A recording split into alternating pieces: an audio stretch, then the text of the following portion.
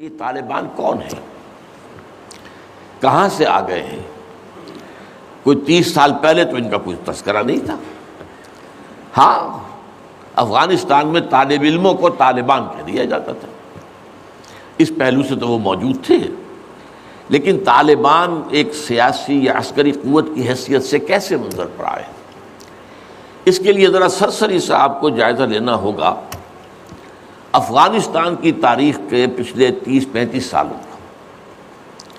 افغانستان میں آپ کو معلوم ہے کئی سو سال سے ایک بادشاہی نظام چل رہا تھا، اور اکثر و بیشتر بڑا اطمینان کے ساتھ چل رہا تھا، امن کے ساتھ چل رہا تھا۔ اگرچہ افغانستان کے جو دیہی علاقے تھے ان میں رہنے والوں کی جو اکثریت، عظیم اکثریت ہے، وہ بڑی شدید مذہبی انداز کی تھی، نماز، روزہ اور اس پردہ، حجاب، یہ ان کے کلچر میں شامل ہے۔ یوں سمجھیے کہ یہ مذہب ہونے کا پہلو بعد میں آتا ہے، ان کے کلچر کا جز ہے۔ لیکن یہ ہے کہ جو بڑے شہر تھے، خاص طور پر کابل، وہ پوری طرح ویسٹرنائز ہو چکا تھا بادشاہ کے نظام کے تحت۔ جب شاہ ظاہر شاہ آئے تھے ایک دفعہ پاکستان،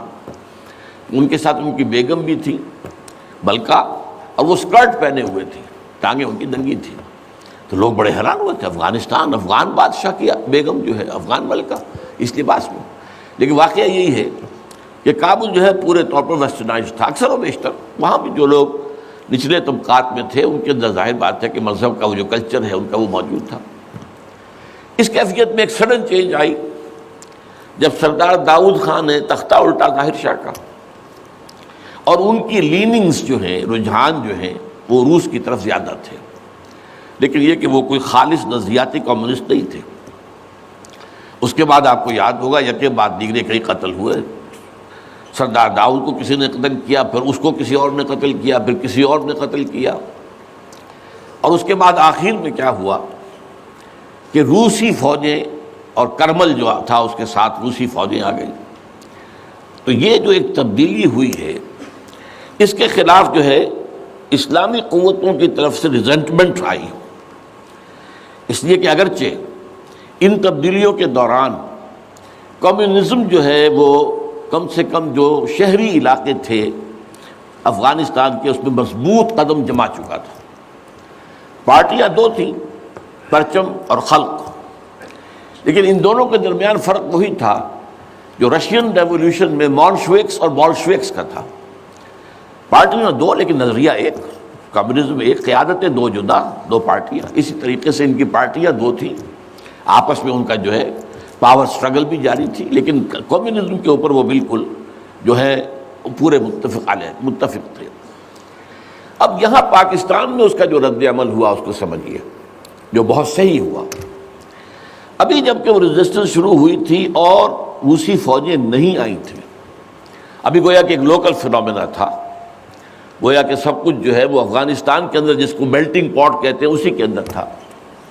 تو اس وقت بھی ظاہر بات ہے کہ کمیونزم کے خلاف مسلمانوں کے اندر اور مذہبی مزاج کے لوگوں کے اندر ایک رد عمل شروع ہوا، ریزسٹنس شروع ہوا، اور ان میں خاص طور پر کالجوں اور یونیورسٹیوں کے طلباء کا حصہ بہت زیادہ تھا۔ یہ لوگ جو ہیں یا تو جماعت اسلامی کے زیر اثر تھے، اور یا زیادہ تر جو ہے الاخوان المسلمون کے زیر اثر تھے۔ انہی کے لیڈروں میں حکمت یار تھے، گلبدین حکمت یار، انہی میں احمد شاہ مسعود، اور ان دونوں کی بڑی گہری دوستی تھی، بہت گہرے ایک دوسرے کے ساتھ یہ گویا کہ کامریڈز تھے اور ساتھی تھے۔ پھر استاد ربانی، عبد الرسول سیاف، اس قسم کے لوگ، ان لوگوں نے جو ریزسٹنس موومنٹ شروع کی، تو یہاں بھٹو صاحب نے اس وقت بالکل صحیح قدم اٹھایا۔ ان میں سے بعض لوگوں کو دعوت دی، وہ آئے دارالحکومت میں، بھٹو صاحب کے مہمان رہے، ان کی پیٹھ تھپ کی کہ ٹھیک ہے کرو کوشش، اور یقیناً کچھ نہ کچھ جو ہے انہیں مدد بھی دی ہوگی، لیکن یہ کہ اس کے بارے میں مجھے معلوم کچھ نہیں ہے۔ اندازہ ہے کہ جب بلایا ہے، پیٹھ تھپکی ہے، اس لیے کہ ظاہر بات ہے ان کو معلوم تھا یہ کہ اگر جو ہے یہاں پر کمیونزم آ گیا اور خاص طور پر روس اگر قابض ہو گیا تو پھر اس کا اگلا قدم پاکستان ہے۔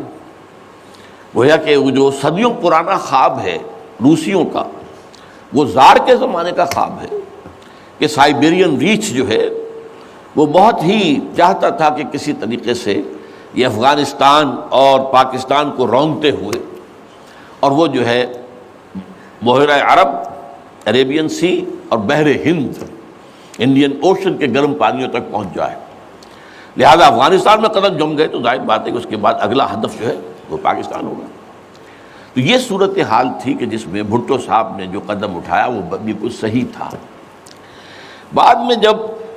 روسی فوجیں آ گئیں، اب ایک ریزسٹنس شروع ہوئی زبردست۔ ان میں سب سے پہلی ریزسٹنس جو ہے وہ در حقیقت جو جہاد شروع ہوا ہے وہ جہاد فی سبیل الحریت تھا۔ اس کی بنیاد مذہبی نہیں تھی بلکہ آزادی،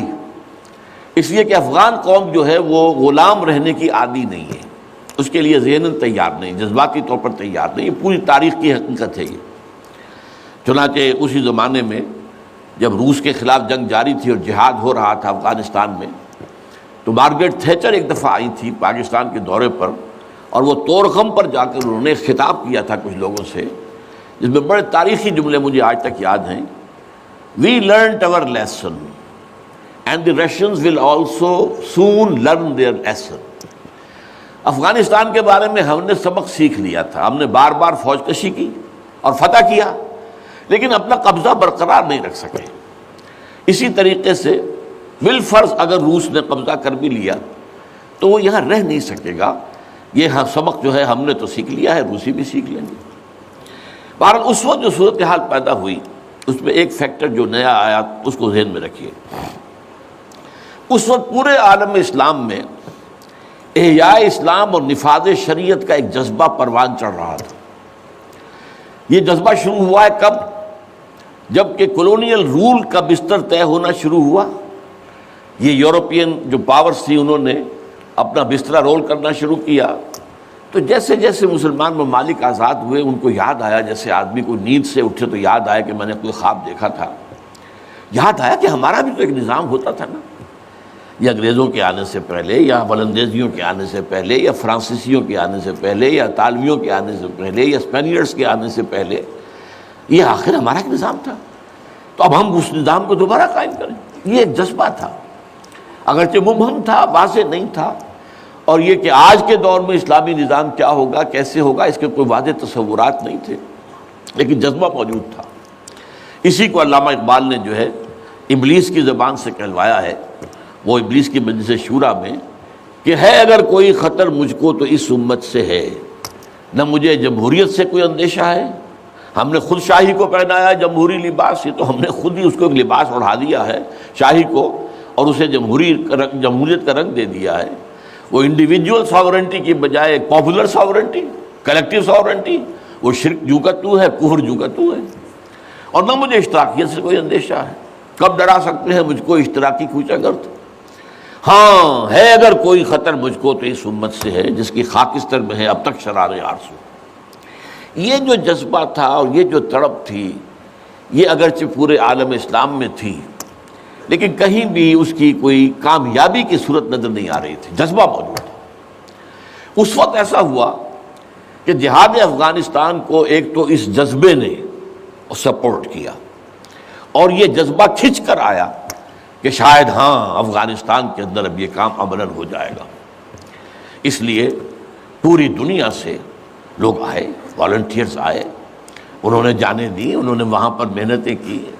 اپنے کوئی انڈونیشیا سے چلا آ رہا ہے، کوئی برما سے چلا آ رہا ہے، کوئی فلسطین سے چلا آ رہا ہے، کوئی فلپائن سے چلا آ رہا ہے، کوئی تھائی لینڈ سے چلا آ رہا ہے، کوئی سعودی عرب سے چلا آ رہا ہے، کوئی مصر سے چلا آ رہا ہے، کوئی لیبیا سے چلا آ رہا ہے، کوئی چچنیا سے چلا آ رہا ہے، یہ سارے لوگ آئے وہاں، اس لیے کہ جذبہ یہ کہا گیا کہ یہ جہاد فی سبیل اللہ ہے۔ میں واضح کر چکا ہوں کہ میرے نزدیک وہ جہاد فی سبیل اللہ نہیں تھا۔ جہاد فی سبیل اللہ کی جو شرائط ہیں وہ یہ ہے کہ پہلے دعوت اور اس میں اتمام حجت، پھر جو دعوت کو قبول کرے انہیں منظم کرنا، ڈسپلن آرگنائزیشن میں لانا، ایک امیر کے تابع ہو کر اس سے بیعت کر کے، اور پھر یہ کہ ان کی تربیت، ان کا تزکیہ یہ ہو کہ دل میں سوائے اللہ کی رضا کے کوئی اور جذبہ باقی نہ رہ جائے۔ یہ مال و دولت دنیا یہ نہیں، کچھ نہیں، نہ حکومت نہ سیادت، صرف اللہ کی رضا، اور یہ کہ جذبہ اتنا ابھر آئے کہ تن من دھن حتیٰ کہ جان دینے کے لیے تیار ہو جائے۔ یہ ساری شرائط ہیں جہاد فی سبیل اللہ کی۔ ظاہر بات ہے کہ وہاں پر تو جو ایک دم حملہ ہو گیا اور روسی فوجی آ گئے تو نہ ان کاموں کا موقع تھا نہ اس کے لیے وقت تھا، وہ لوگ کھڑے ہو گئے۔ یہ جہاد فی سبیل الحریت تھا، آزادی کا جہاد، اور مسلمان جب آزادی کا جہاد کرتا ہے تو وہ بھی جہاد فی سبیل اللہ ہی کی ایک قسم ہے، جائز جہاد ہے، اس میں جان دینا بھی شہادت ہے، اگرچہ وہ جو ایک مثبت جہاد فی سبیل اللہ وہ تو ہمیں سیرت صحابہ اور سیرت النبی صلی اللہ علیہ وسلم میں اس کا پورا نقشہ ملتا ہے۔ بہرحال ایک تو یہ کہ وہ کشش ان کو کھینچ کر لائی، دوسری طرف امریکہ نے وہ یہ چاہتا تھا کہ اسے نظر آ گیا کہ روس سے ایک تو جو بڑا پرانا اکاؤنٹ ہے، یعنی یہ کہ جو ویتنام میں روسیوں کے ہاتھوں شکست کھائی تھی امریکہ نے اور بھاگا تھا وہاں سے، تو گویا کہ اس کا بدلہ لینے کا یہ سنہرا وقت آ گیا ہے، اس سے بھرپور فائدہ اٹھایا جائے، اور یہ کہ اگر ہو سکے تو شاید اس حد تک بھی ان کے خیال میں ہو کہ یو ایس ایس آر کو ختم کر دیا جائے۔ میرے خیال میں ایسا نہیں تھا، وہ یہ نہیں سمجھتے تھے کہ یو ایس ایس آر ختم ہو جائے گا، لیکن یہ کہ بہت کمزور ہو جائے گا اور یہ کہ اس کی بلیڈنگ ہو جائے گی۔ اس کے لیے اس نے اس جہاد کا غلغلہ دوسروں سے بڑھ کر، مسلمانوں سے بڑھ کر جو ہے دنیا میں بلند کیا، اور ان جہادی لیڈروں کا کردار بنایا پوری دنیا میں، ان کی شخصیت کی امیجز بنائی ہیں۔ احمد شاہ مسعود کو دی لائن آف پنشیر پوری دنیا کے اندر اس کے بارے میں جو ہے وہ دھاک بٹھائی گئی، تاکہ یہ لوگ زیادہ سے زیادہ لوگ آ جائیں، والنٹیئر مل جائیں۔ ہمارا آدمی تو کوئی نہیں مرے گا، ہم تو پیسے دیں گے اور ہتھیار دیں گے، مریں گے یہ مسلمان مریں گے، چاہے وہ افغان ہیں چاہے باہر سے آنے والے ہیں۔ تو وہ جو غلغلہ جہاد کا تھا، اور اس میں گویا کہ ایک طرح سے امریکہ کے اس ایجنڈے کو نہ جانتے ہوئے نہ سمجھتے ہوئے گویا کہ لا علمی میں جو تقویت پہنچائی وہ ایسے لیڈروں نے جن میں بن لادن بھی ہیں، وہ جہاد کے لیے لوگوں کو کھینچ کر عالم مبارک سے لے کر آئے، ان میں عبداللہ ابن عزام بھی تھے شہید رحمۃ اللہ علیہ، انہی میں عمر عبد الرحمن ہے جس وقت امریکہ کی جیل میں پڑے ہوئے۔ یہ سب لوگ کیا تھے؟ جہاد کے نام پر دنیا سے لوگوں کو لے کر آ رہے تھے، اور اس میں گویا کہ نہ جانتے ہوئے ان نوئنگلی وہ امریکہ کے اعلی کار بن رہے تھے۔ بہرحال اس میں نتیجہ جو نکلا، مجاہدین جب مجاہدین کو فتح ہو گئی، ظاہر بات ہے اس میں دونوں فیکٹرز ان میں رکھیے، صرف مجاہدین کی سرفروشی اور جاں فشانی نہیں، امریکہ کے ہتھیار نے یقیناً اس میں ایک بڑا ڈیسائسو رول پلے کیا، خصوصاً تازہ ترین ہتھیار اسٹنگر میزائل جسے دنیا جانتی نہیں تھی وہ دے دیا، اور اصل میں جو روسی فوج جو ہے دل برداشتہ ہو کر بھاگی ہے اس میں اسٹنگر میزائل کا بہت بڑا دخل تھا، کیونکہ ان کا سب سے بڑا ہتھیار تھا جو وہ گن شپ ہیلی کاپٹرز لے کر آتے تھے، اور وہ ظاہر بات ہے جہاں پہاڑوں کے اوپر بھی مورچے لگائے ہوئے تھے وہاں ظاہر بات ہے ٹینک تو نہیں پہنچ سکتے تھے، کوئی اور بمباری وہاں کرنا مشکل تھی، تو یہ گن شپ بڑے جہازوں سے بہت نیچے آ کر بمباری بھی ممکن نہیں تھی، تو گن شپ ہیلی کاپٹر سے جو بمباری وہ کرتے تھے، فائرنگ کرتے تھے، وہ ان کا سب سے بڑا ہتھیار تھا، اور اس کو بالکل ختم کر کے رکھ دیا اسٹنگر میزائل نے، کہ میزائل آپ نے داغا ہے تو وہ یہ نہیں ہے کہ ہدف سے اگر نہ لگے ہدف پر تو ادھر ادھر ہو جائے گا، نہیں، جدھر وہ ہدف جائے گا اس کا پیچھا کرے گا، اس کے پیچھے پیچھے جائے گا، جدھر وہ مڑے گا ادھر وہ مڑ جائے گا، دور مال کفر ہے سودار، جیسے وہ کفر جو ہے جو رخ موڑ لے تم بھی رخ موڑ لو، اور وہ تباہ کر دیتا تھا گن شپ۔ تو یہ بہرحال جو بھی شکست ہوئی روس کو اور وہاں سے من چلا گیا، تو اس کے بعد امریکہ بھی فوری طور پر وہاں سے غائب ہو گیا۔ اس نے مجاہدین کے اندر گروپ بندی، باہمی کشاکش، یہاں تک کہ باہمی دشمنی کے بھی بیج بو دیے تھے، اور اس میں آئی ایس آئی بھی رول اس نے پلے کیا ہے۔ آئی ایس آئی یہ چاہتی تھی کہ یہاں کوئی ایک مضبوط ایسی حکومت نہ بن جائے کہ جس کو جو ہمارے پھر کنٹرول میں نہ رہے، لہذا آئی ایس آئی والوں کا جو بھی رول ہوگا نیتی سے پاکستان کے لیے، لیکن یہ مجھ سے ایک مجاہدین لیڈرز میں سے ایک صاحب نے خود کہا کہ ہمیں لڑوایا آئی ایس آئی نے، میں نہیں کہہ سکتا کتنی اس میں درستی ہے اور کتنی غلطی ہے، لیکن امریکہ نے یہ کیا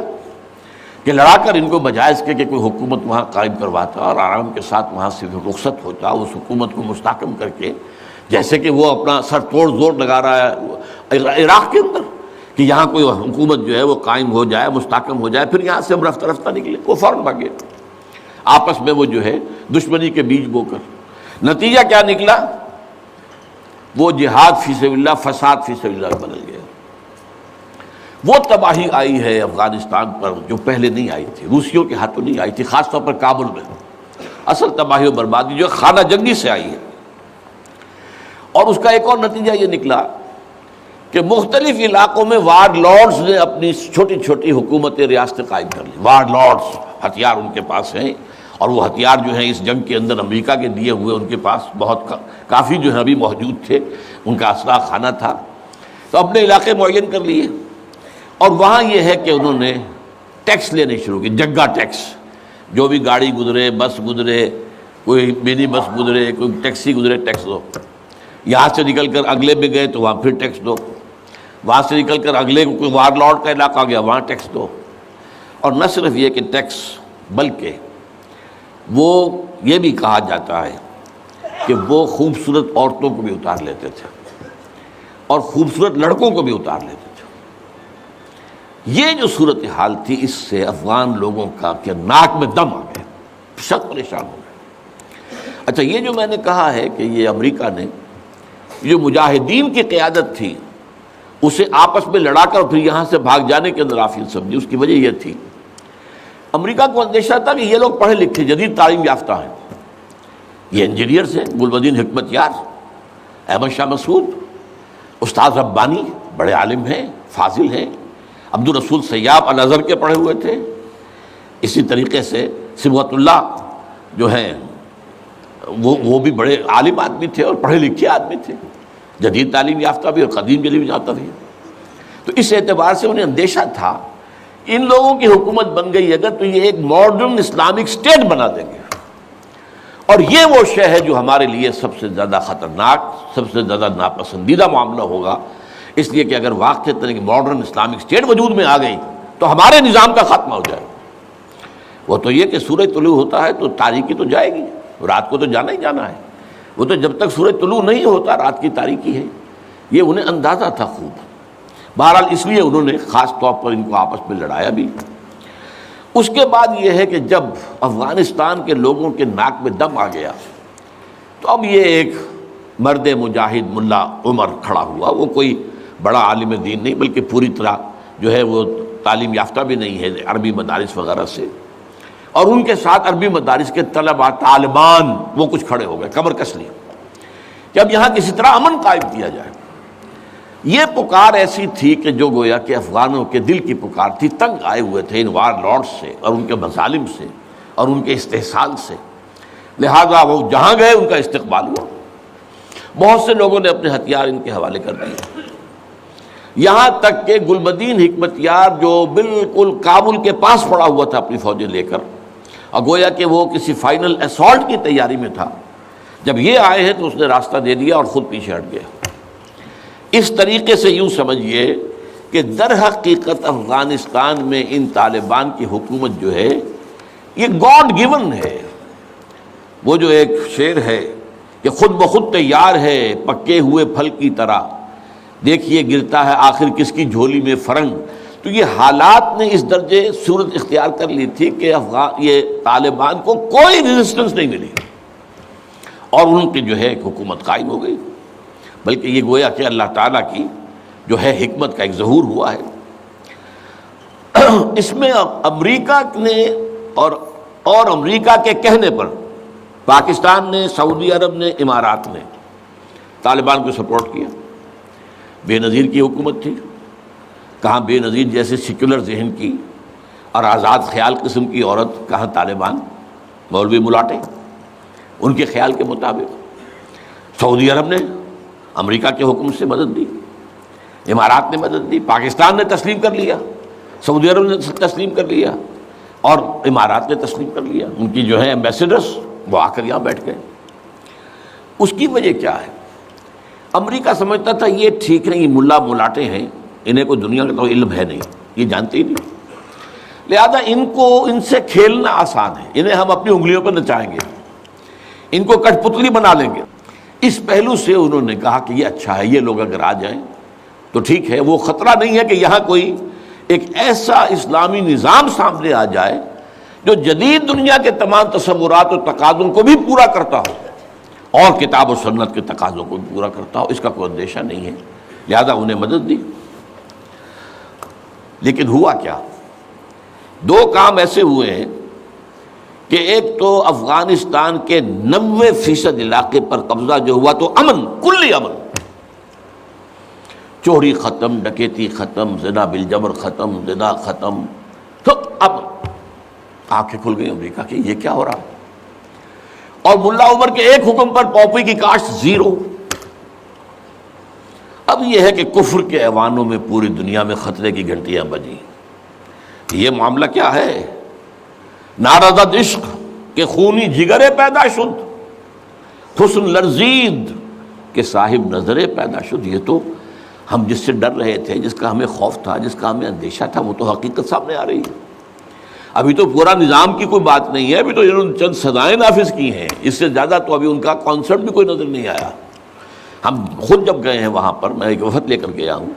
تو نہ ان کے ذہن میں کوئی سیاسی نظام کا کوئی واضح تصور تھا، نہ میں نے ان سے پوچھا آپ کی کوئی پارلیمنٹ مجلس شورا مجلس سے ملی کہ نہیں کوئی نہیں ہے،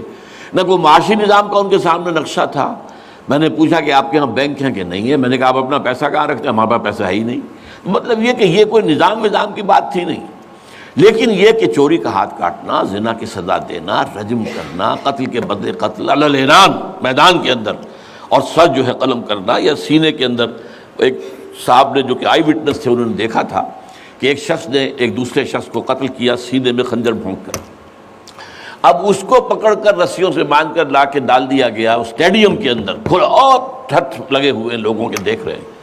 اور اس کی بیوی سے، مقتول کی بیوی کے ہاتھ میں خنجر دے کر کہا گیا بھونکو اس کے سینے کے اندر، اس نے کیا۔ اب یہ جو مناظر ہیں، ان کو دیکھنے کے بعد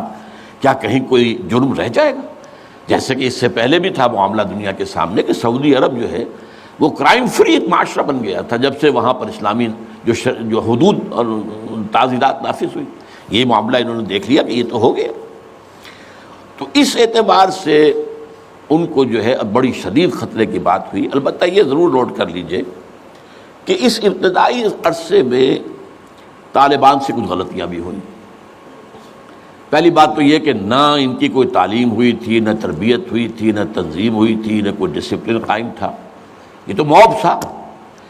لہذا ان سے بڑی بڑی غلطیاں ہوئیں۔ مثلاً مزار شریف میں ایران کے سفارت خانے پر حملہ کیا، سفارتکاروں کو قتل کر دیا۔ پھر یہ کہ ان کے اندر مذہبی شدت پسندی بہت تھی، کٹر حنفیت، اور اس کے اندر کچھ نہ کچھ تشدد کا ایلیمنٹ بھی۔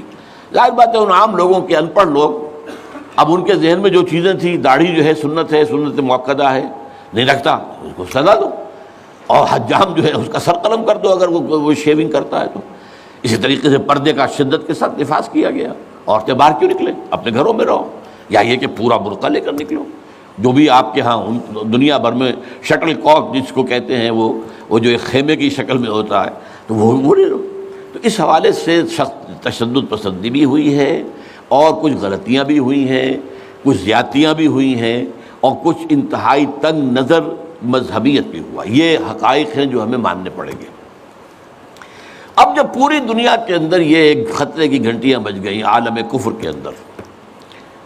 کہ نارضت عشق کہ خونی جگر پیدا شد، وہ تو آ گیا، خونی جگر رکھنے والا وہ تو سامنے آ گیا، وہ خطرہ جس سے ہم ڈر رہے تھے، کانپ رہے تھے۔ اس لیے کہ آپ کو معلوم ہے کہ جب USSR کا خاتمہ ہوا ہے اور اس کے بعد جو ہے نیٹو کو اثر نو آرگنائز کرنے کی باتیں شروع ہوئیں، توسیع کی شروع ہوئی، تو کسی سے نے پوچھا نیٹو چیف سے، گورنر ان چیف سے، کہ اب آپ کس کے لیے، آپ کا جو دشمن تھا جس کے لیے آپ نے سارے دھندے بنائے تھے، سیٹو بھی تھا، سینٹو بھی تھا، اور نیٹو بھی تھا، اور سب سے بڑا معاملہ نیٹو کا تھا، تو اب تو تمہارا وہ دشمن ختم ہو گیا، تمہارے سامنے، تمہارے گھٹنوں، تمہارے قدموں میں پڑا ہوا ہے، تم سے مدد کی بھیک مانگ رہا ہے، تو تمہیں کیا خوف ہے؟ تو انہوں نے کہا ہمیں اب اسلامک فنڈامنٹلزم کا خطرہ ہے۔ اس کے لیے گویا کہ they started to gird up their loins، اپنی جو ہے کمر کسنے کے لیے انہوں نے پروگرام بنا لیا۔ اور اس کے لیے نوٹ کیجئے 9/11 کا حادثہ فاجعہ خود کروایا، یہ ثابت شدہ حقیقت ہے اس وقت۔ اس میں طالبان کا تو خیر 0% بھی کوئی امکان نہیں، اس میں القاعدہ کا بھی کوئی حصہ نہیں۔ یہ ضرور معلوم ہوتا ہے کہ ان میں جن لوگوں کو انہوں نے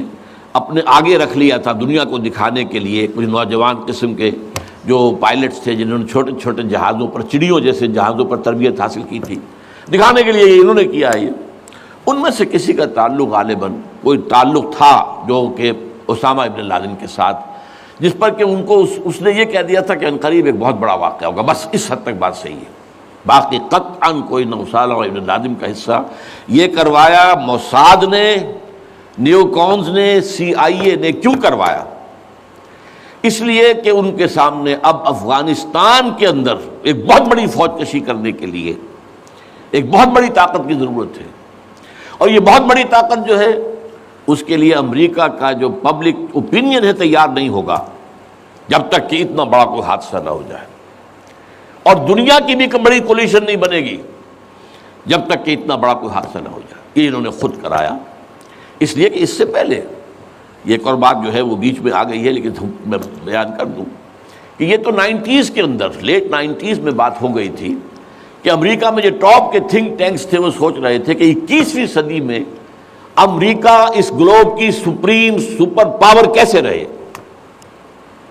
اپنی اس پوزیشن کو جو حاصل ہو گئی ہے اس وقت اور بھی مضبوط کرے۔ ابھی رشیا اور چائنا تو اس کے دائرہ اقتدار سے باہر ہے، ابھی بھارت بھی تقریباً باہر ہے، لیکن آگے بڑھا کر گلوبل پوری طرح، اور کیسے ہو یہ کہ اسے برقرار کیسے رکھے۔ تو اس پر ان کے تھنک ٹینکس تھے، اور اسی پر ان کا ایک مقالہ شائع ہوا تھا، امریکہ نیڈز اے پرل ہاربر۔ امریکہ کو ایک پرل ہاربر جیسے واقعے کی ضرورت ہے۔ اب یہ تاریخی بات سمجھ لیجئے، امریکہ دوسری عالمگیر جنگ تک، سیکنڈ ورلڈ وار تک انٹرنیشنل معاملات میں کبھی آیا ہی نہیں تھا۔ وہ تو بڑے آرام سے تھا، دو اوشنز کے درمیان، ادھر اٹلانٹک ہے ادھر پیسیفک ہے، ظاہر بات ہے کہ ان قریب کوئی دشمن ہے ہی نہیں، لہذا اسے تو اپنا معیار زندگی بہتر بناؤ، اپنے حالات بہتر بناؤ، اپنے انوائرمنٹس بہتر بناؤ، اپنا یہ کرو اپنا وہ کرو، بس۔ سیکنڈ ورلڈ وار میں بڑی شدید ضرورت پیدا ہوئی الائز کو، جب جرمنی اور جاپان جو ہے بھرکس نکال رہے تھے کہ کسی طرح امریکہ کو آمادہ کیا جائے۔ چرچل بھی گیا، اس نے بھی خوشامدیں کی، یہ بھی کہا جان لو اگر ہم ختم ہو گئے تو نیکسٹ باری تمہاری ہوگی، پھر یہ نازی جو ہے تمہیں چھوڑیں گے نہیں۔ پھر بھی وہاں کی پبلک اوپینین جو ہے موبلائز ہونے کو تیار نہیں تھی۔ اب اس کے اوپر ایک کام یہ ہو گیا، جاپانیوں نے بہت بڑا بلنڈر کیا، پرل ہاربر پر، ایک بہت دور دراز کی وہ بندرگاہ تھی جہاں امریکہ کا ایک بہت بڑا جو نیوی کا بیس تھا،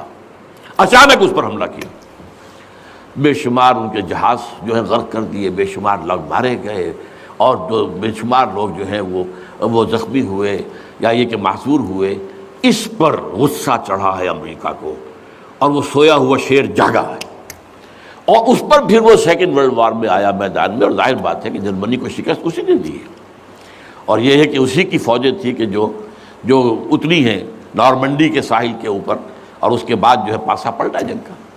تو اس اعتبار سے یہ خیال کیا گیا کہ کوئی نہ کوئی پرل ہاربر جیسا حادثہ اگر نہیں ہوگا تو امریکن پبلک اوپینین نہیں کھڑی ہوگی، نہ وہ خرچ جو ہے وہ اس کے لیے منظوری دینے کو تیار ہوں گے۔ آخر billions and billions and billions کا معاملہ ہوتا ہے، یہ کوئی ملینز کا تو نہیں ہوتا، لہذا اس کے لیے ظاہر بات ہے کہ وہ کانگریس اور سینیٹ اور یہ سب جو ہے یہ اگر اس کے لیے منظوری دیں تبھی تو ہوگا نا۔ تو امریکہ نیڈ سے پرل ہاربر، یہ بات ذہن میں رکھیے، اس لیے انہوں نے خود وہ پرل ہاربر امریکہ میں کرایا، اور اس میں پھر پوری دنیا میں دہشت گردی کا خطرہ اور دہشت کا خوف، اور سب سے بڑھ کر امریکہ میں جو سیکیورٹی میجرز لیے گئے ہیں امریکہ میں، ان کا آپ تصور نہیں کرتے، بلینز اور بلینز آف ڈالرز جو ایک شخص کی طرح سے لی جا رہی ہے۔ فون ٹیپ کرنے کی بھی اجازت دے دی گئی، جو امریکہ میں نہیں تھا۔ وہاں جو پرسنل آزادیاں تھیں، انفرادی آزادیاں، ان کا بڑا چرچا تھا، وہ تو ان کا بڑا چیمپئن تھا، لیکن یہ کہ سارا جو ہے ان کی پرائیویسی کا بھی بیڑا غرق، ان کا یہ سب کچھ، ان کے اوپر پابندیاں، اور جو کچھ بھی باہر سے آنے والے ہیں ان کا جس طریقے سے وہ اپنے ایئرپورٹس کے اوپر جو ہے تقریباً نیم برہنہ کر کے ان کی جو ہے تلاشی لینا، یہ سارا کچھ، اور اس پر جو انہوں نے اپنے پورا نظام بنایا انٹیلیجنس کا اور معلومات پہنچانے کا، اس کے اوپر ان کا بے شمار خرچ ہوا۔ بہرحال اس میں عیسائیوں کی صلیبی جنگ کا جذبہ بھی شامل کر دیا گیا۔ ایک امریکہ کی supreme soul, supreme power on earth ہونے کا مقصد۔ نمبر 2، صلیبی جنگ کا جذبہ سویا ہوا، اسے بھی جگایا۔ یہ بش نے بھی کہا تھا، لیکن بعد میں اس نے کہا غلطی ہو گئی، اس نے وہ لفظ واپس لیا تھا، کروسیڈ۔ لیکن یہ ہے کہ فلاڈلفیا، یہ جو امریکہ کا ایک اہم شہر ہے، وہاں سے ایک شائع ہوتا ہے ماہنامہ فلاڈلفیا ٹرمپٹ، اس کے مدیر نے، یہ پروٹیسٹنٹس کا ہے، اور جو ایونجلسٹ کہلاتے ہیں وہاں پر، جو کہ خاص طور پر پرچارک ہیں انجیل کے، یہ ان کا رسالہ ہے۔ اور انہوں نے یہ لکھ دیا تھا، یہ میں نے اپنے 2 کتابچوں میں کور پر شائع کیا ہوا ہے، وہ بہت خوبصورت، کہ ڈوم آف دی راک جو ہے، جو گنبد سقرا ہے، تو اس کے اوپر جو ہے بڑا خوبصورت تصویر دے کر کہ many people think that crusades are a thing of the past, over forever, but they are mistaken۔